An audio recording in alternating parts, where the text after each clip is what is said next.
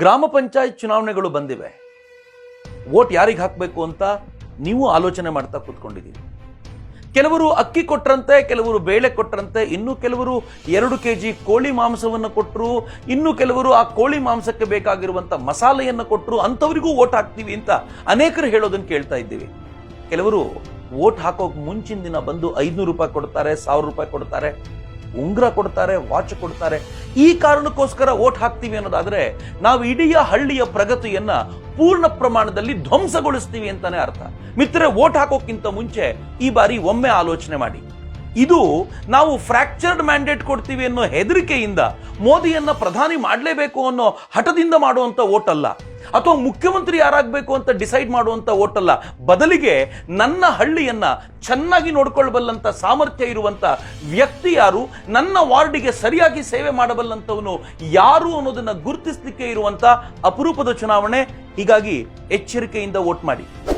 ಇಷ್ಟಕ್ಕೂ ಪಂಚಾಯಿತಿಗಳಿಗೆ ಅಧಿಕಾರ ಕೊಟ್ಟಿರೋದು ಯಾಕೆ ಅಂತಂದ್ರೆ, ಮೊದಲನೇ ಪಂಚವಾರ್ಷಿಕ ಯೋಜನೆಯ ಸಂದರ್ಭದಲ್ಲಿ ಮೇಲು ಕೂತವರು ಯೋಜನೆಗಳನ್ನೇನೋ ಮಾಡಿದ್ರು, ಆದ್ರೆ ಅದು ಕೆಳಗಿನವರೆಗೂ ಮುಟ್ಲೇ ಇಲ್ಲ.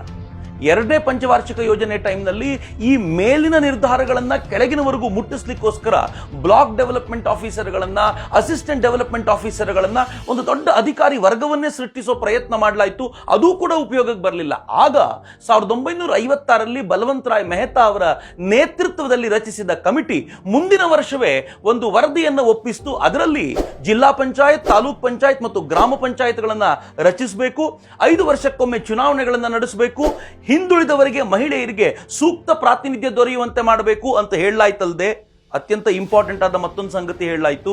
ಇವರಿಗೆ ಫೈನಾನ್ಷಿಯಲ್ ಅಧಿಕಾರವನ್ನು ಕೊಟ್ಟು ತಮಗೇನು ಬೇಕೋ ಆ ನಿರ್ಣಯವನ್ನ ತೆಗೆದುಕೊಳ್ಳುವಂತ ಸಾಮರ್ಥ್ಯ ಅವರಿಗೆ ತುಂಬಬೇಕು ಅಂತ.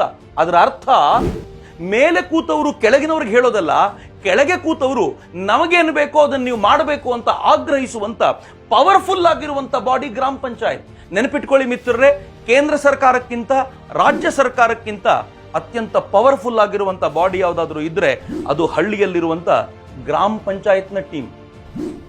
ಗ್ರಾಮ ಪಂಚಾಯಿತಿಯ ಅಥವಾ ಗ್ರಾಮಕ್ಕೆ ಶಕ್ತಿಯನ್ನು ಕೊಡುವಂತ ಈ ಕಲ್ಪನೆ ಹೊಸತೇನೂ ಅಲ್ಲ. ಮಹಾತ್ಮ ಗಾಂಧೀಜಿ ಗ್ರಾಮ ಸ್ವರಾಜ್ಯದ ಮೂಲಕ ಈ ಚಿಂತನೆಯನ್ನ ಸಮಾಜಕ್ಕೆ ಹಂಚಿದ್ರು.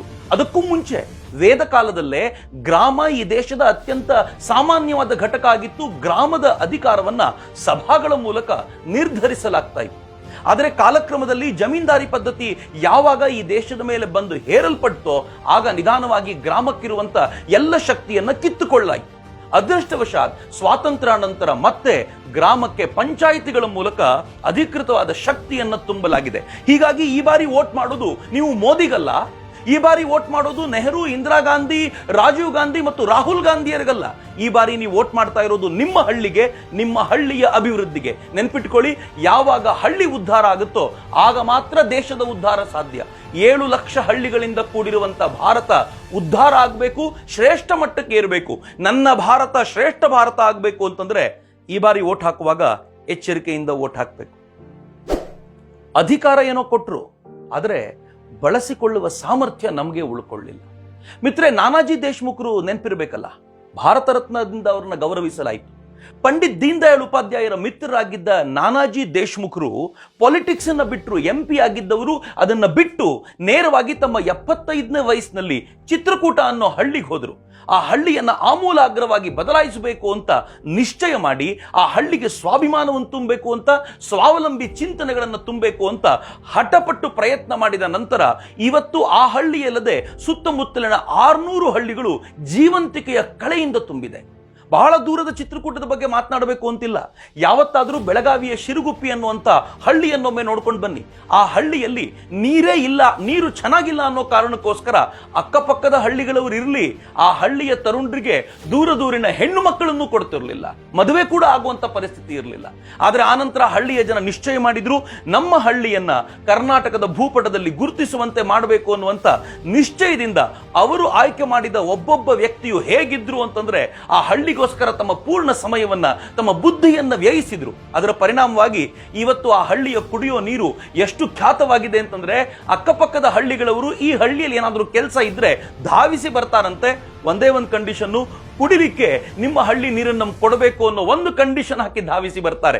ಮಿತ್ರ, ಹಳ್ಳಿನ ಹೇಗೆ ಕಟ್ಟಿದ್ದಾರೆ ಅಂತಂದ್ರೆ ಆ ಹಳ್ಳಿಯ ಎಲ್ಲ ರಸ್ತೆಗಳಲ್ಲೂ ಕೂಡ ಮೈಕ್ ಅನ್ನ ಹಾಕಲಾಗಿದೆ ಗ್ರಾಮ ಪಂಚಾಯಿತಿ ಕಡೆಯಿಂದ. ಆ ಹಳ್ಳಿಗೆ ಏನಾದರೂ ಗ್ಯಾಸ್ ಸಿಲಿಂಡರ್ ಕೊಡೋರು ಬಂದ್ರು ಅಂತಂದ್ರೆ ಎಲ್ಲ ಮೈಕಲ್ಲಿ ಅನೌನ್ಸ್ ಮಾಡ್ತಾರೆ. ಅನೌನ್ಸ್ ಮಾಡಿದ ತಕ್ಷಣ ಮುಂದಿನ 15 ನಿಮಿಷಗಳಲ್ಲಿ ಎಲ್ಲ ಮನೆಗಳಿಗೂ ಸಿಲಿಂಡರ್ ವಿತರಣೆ ಆಗಿರುತ್ತೆ.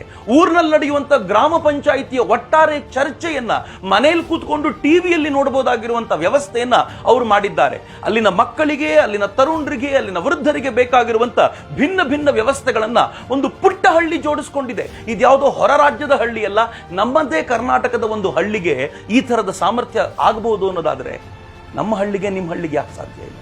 ಸಾಧ್ಯ ಇದೆ, ಆದರೆ ನಾವು ಹಾಕುವಂತ ಒಂದು ಓಟಿಗೆ ಸಾಧ್ಯ ಇದೆ. ಈ ಬಾರಿ ವೋಟ್ ಮಾಡುವಾಗ ಎಚ್ಚರಿಕೆ ಇಟ್ಕೊಳ್ಳಿ. ನಮ್ಮೂರಿನ ರಸ್ತೆಯನ್ನು ಸರಿ ಮಾಡಿಸಬಲ್ಲಂತ ವ್ಯಕ್ತಿಗೆ ವೋಟ್ ಹಾಕಿ. ನಮ್ಮೂರಿಗೆ ಕುಡಿಯೋ ನೀರಿನ ವ್ಯವಸ್ಥೆ ಮಾಡಬಲ್ಲಂತ ವ್ಯಕ್ತಿಗೆ ವೋಟ್ ಹಾಕಿ. ಎಲ್ಲಕ್ಕಿಂತ ಹೆಚ್ಚು ಎಲ್ಲ ಸವಾಲುಗಳನ್ನು ಸ್ವೀಕರಿಸಬಲ್ಲಂತ, ನನಗೆ ಸ್ವಾರ್ಥ ಇಲ್ಲ ಅಂತ ಧೈರ್ಯವಾಗಿ ಹೇಳ್ಕೊಳ್ಳಬಲ್ಲಂತ ಅಂಥ ವ್ಯಕ್ತಿಯನ್ನು ಹುಡುಕಿ ವೋಟ್ ಮಾಡಿ. ಅಕಸ್ಮಾತ್ ನಾವು ತಪ್ಪಿ ಏನಾದರೂ ಹಣ ಕೊಟ್ಟವನಿಗೆ ವೋಟ್ ಮಾಡಿದ್ರೆ, ನನ್ನ ಜಾತಿ ಅಂತ ಅನ್ಕೊಂಡು ಯಾರಿಗೋ ವೋಟ್ ಮಾಡಿದ್ರೆ ನನ್ನ ಹಳ್ಳಿಯ ಪ್ರಗತಿಯನ್ನ ಶಾಶ್ವತವಾಗಿ ತಡೆ ಹಿಡಿದಂತಾಗುತ್ತೆ. ನನಗೆ ನಿಮಗೆ ಸಮಸ್ಯೆ ಆಗದೆ ಇರಬಹುದು, ಆದರೆ ನಮ್ಮ ಮುಂದಿನ ಪೀಳಿಗೆಗಳು ಯಾವಾಗಲೂ ಶಾಪ ಹಾಕ್ತಿರುವಂತ ಕೆಟ್ಟ ಸ್ಥಿತಿಗೆ ನಾವು ತಂದು ನಿಲ್ಲಿಸ್ತೀವಿ. ಮಿತ್ರ, ದೇಶ ಕಟ್ಟಬೇಕಾದ್ರೆ ಯಾವುದೋ ಒಬ್ಬ ವ್ಯಕ್ತಿಯಿಂದ ಸಾಧ್ಯವಾಗುವಂಥದ್ದಲ್ಲ, ನನ್ನ ಮತ್ತು ನಿಮ್ಮ ಪ್ರತಿಯೊಬ್ಬರ ಸಹಭಾಗಿತ್ವದಿಂದ ಮಾತ್ರ ಸಾಧ್ಯವಾಗುವಂಥದ್ದು. ನೆನಪಿಡಿ, ಗ್ರಾಮ ಪಂಚಾಯತ್ ಚುನಾವಣೆಯಲ್ಲಿ ಪಕ್ಷಗಳ ಚಿಹ್ನೆ ಇಲ್ಲ. ಯಾರೂ ಪಕ್ಷದ ಚಿಹ್ನೆಯನ್ನ ಬಳಸಿಕೊಂಡು ಇಲ್ಲಿ ಚುನಾವಣೆಯನ್ನ ನಡೆಸುವಂತಿಲ್ಲ. ಯಾಕೆ ಅಂತಂದ್ರೆ ಗ್ರಾಮ ಪಂಚಾಯತ್ ಚುನಾವಣೆ ಅಂತಂದ್ರೆ ಪಕ್ಷಗಳನ್ನ ಮೀರಿದ ಚುನಾವಣೆ. ಗ್ರಾಮ ಪಂಚಾಯತ್ ಚುನಾವಣೆ ಅಂತಂದ್ರೆ ಜಾತಿಯನ್ನ ಮೀರಿದ ಚುನಾವಣೆ. ಗ್ರಾಮ ಪಂಚಾಯತ್ ಚುನಾವಣೆ ಅಂತಂದ್ರೆ ನನ್ನ ಗ್ರಾಮ ಶ್ರೇಷ್ಠ ಗ್ರಾಮ ಆಗಬೇಕು ಎನ್ನುವ ಏಕೈಕ ಉದ್ದೇಶದಿಂದ ಮತ ಚಲಾಯಿಸುವಂತ ಚುನಾವಣೆ. ಹಾಗಿರುವಾಗ ನಾವು ನಮ್ಮ ಗ್ರಾಮವನ್ನ ಆಲೋಚಿಸಿ ಈ ಬಾರಿ ಮತ ಹಾಕಬೇಕಾದಂತ ಅಗತ್ಯ ಇದೆ. ಮಿತ್ರ, ನೆನ್ಪಿಟ್ಕೊಳ್ಳಿ, ನನ್ನ ಗ್ರಾಮ ಉದ್ಧಾರ ಆಯಿತು ಅಂತಂದ್ರೆ ರಾಜ್ಯದ ಉದ್ಧಾರ ಆಗತ್ತೆ, ರಾಜ್ಯದ ಉನ್ನತಿ ಆಗತ್ತೆ. ನನ್ನ ರಾಜ್ಯ ಶ್ರೇಷ್ಠವಾಯಿತು ಅಂತಂದ್ರೆ ನನ್ನ ಭಾರತವೂ ಶ್ರೇಷ್ಠವಾಗತ್ತೆ. ಒಂದು ಭಾರತ ಶ್ರೇಷ್ಠ ಭಾರತದ ಕನಸು ನನಸಾಗೋದು ಕೂಡ ಆಗ. ಈ ಕಾರಣಕ್ಕೋಸ್ಕರ ಈ ಬಾರಿ ಮತ ಹಾಕುವಾಗ ನಾನು ಹಣಕ್ಕೆ ಮತ ಹಾಕೋದಿಲ್ಲ, ಜಾತಿಗೆ ಮತ ಹಾಕೋದಿಲ್ಲ. ನಾನು ಎಲ್ಲವನ್ನೂ ಮೀರಿ ಒಂದು ಶ್ರೇಷ್ಠ ಚಿಂತನೆಗೋಸ್ಕರ, ನನ್ನ ಗ್ರಾಮದ ಉನ್ನತಿಗೋಸ್ಕರ ಮತ ಹಾಕ್ತೀನಿ ಅಂತ ನಾವೆಲ್ಲರೂ ನಿಶ್ಚಯಿಸೋಣ. ಸಮರ್ಥವಾಗಿರುವಂತ, ಸದೃಢವಾಗಿರುವಂತ ಕರ್ನಾಟಕವನ್ನ ಕಟ್ಟೋಣ. ವಂದೇ ಮಾತರಂ. ಜೈ ಹಿಂದ್.